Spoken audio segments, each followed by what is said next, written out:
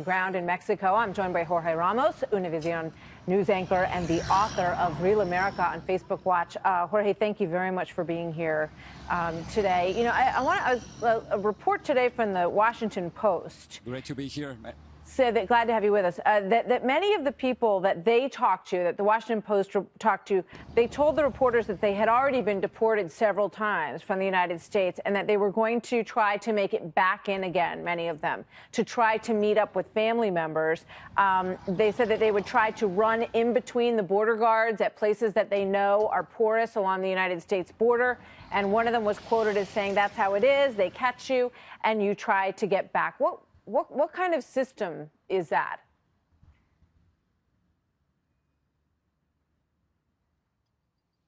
Well, maybe they're only talking to people who speak English. Yes, of course, I've talked to some of them who have been deported, but the majority. ¿Alguno de ustedes ha estado en Estados Unidos antes?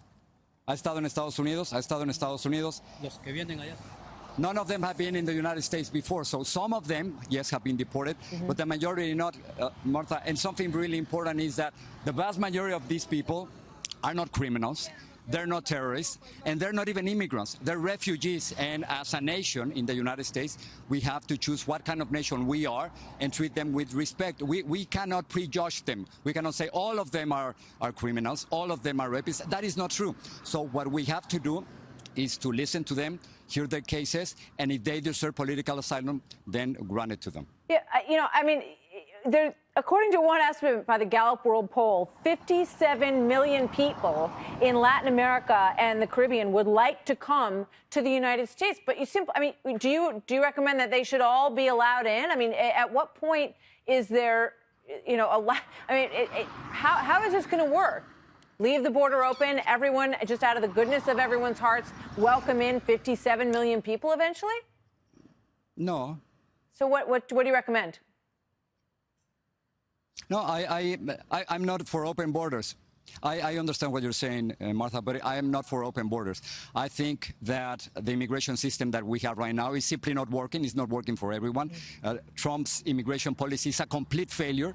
It hasn't worked. Enforcement only doesn't work. And what we need is a legal immigration system that really works. Now, despite the optics, I know that if you are in the United States and you are watching this, right, you might think, oh, we're going to be invaded. That is not true. There's no invasion here. We're talking about 7,000 right now, maybe a few thousand more, trying to cross the border between Mexico and Guatemala. Yeah, but Jorge, some of them are going to make it to Texas. I Some of them are going to make it to California. You can't but at the end, this is the truth.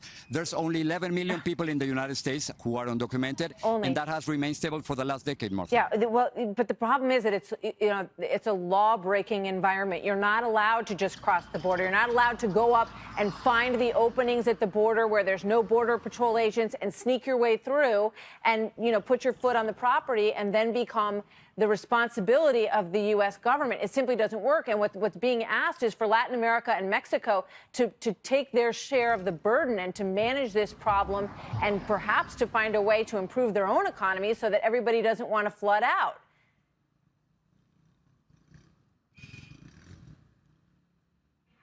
I agree with you, and I think Mexico has done its part.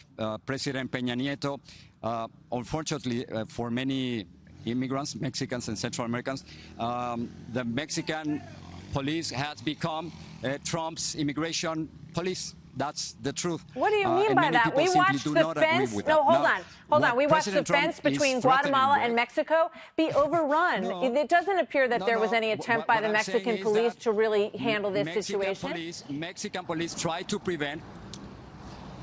Well, it doesn't seem like Mexican they're up to the police task, tried to prevent some immigrants to pass by, and you know, immigration is fluid, and instead of going through a bridge, they use a river, and here they are. So it didn't work, and President Peña Nieto tried to become Trump's police and just simply didn't work. What President Trump is trying to do right now... Why doesn't he be Mexican's police? Why not Mexico's police? This is your problem. I'm sorry. It's the worst he can do. Because, let me just finish this and I'll let you talk. Okay. Simply because if you put more pressure on Central America, more people like this are going to try to come to the United States.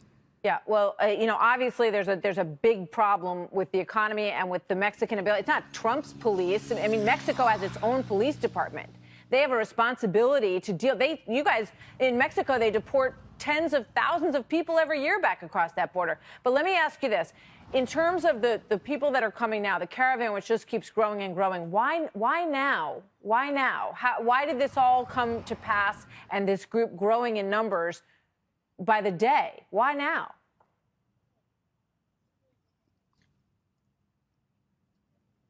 Well, I think it has to do, it started with social media, as it would happen in any other part of the world.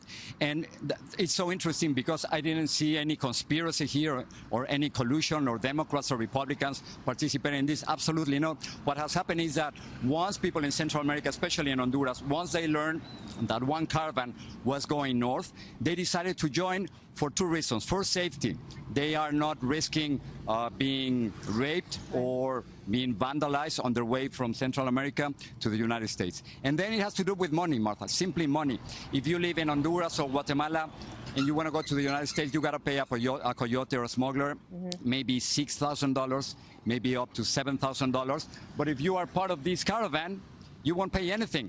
So I think it has to do with safety, and it has to do with money. And that's what we have right now, about 7,000 people in Mexico already, and a few thousand more waiting at the Guatemala border. Yeah, very interesting. Jorge, thank you. Thank you very much.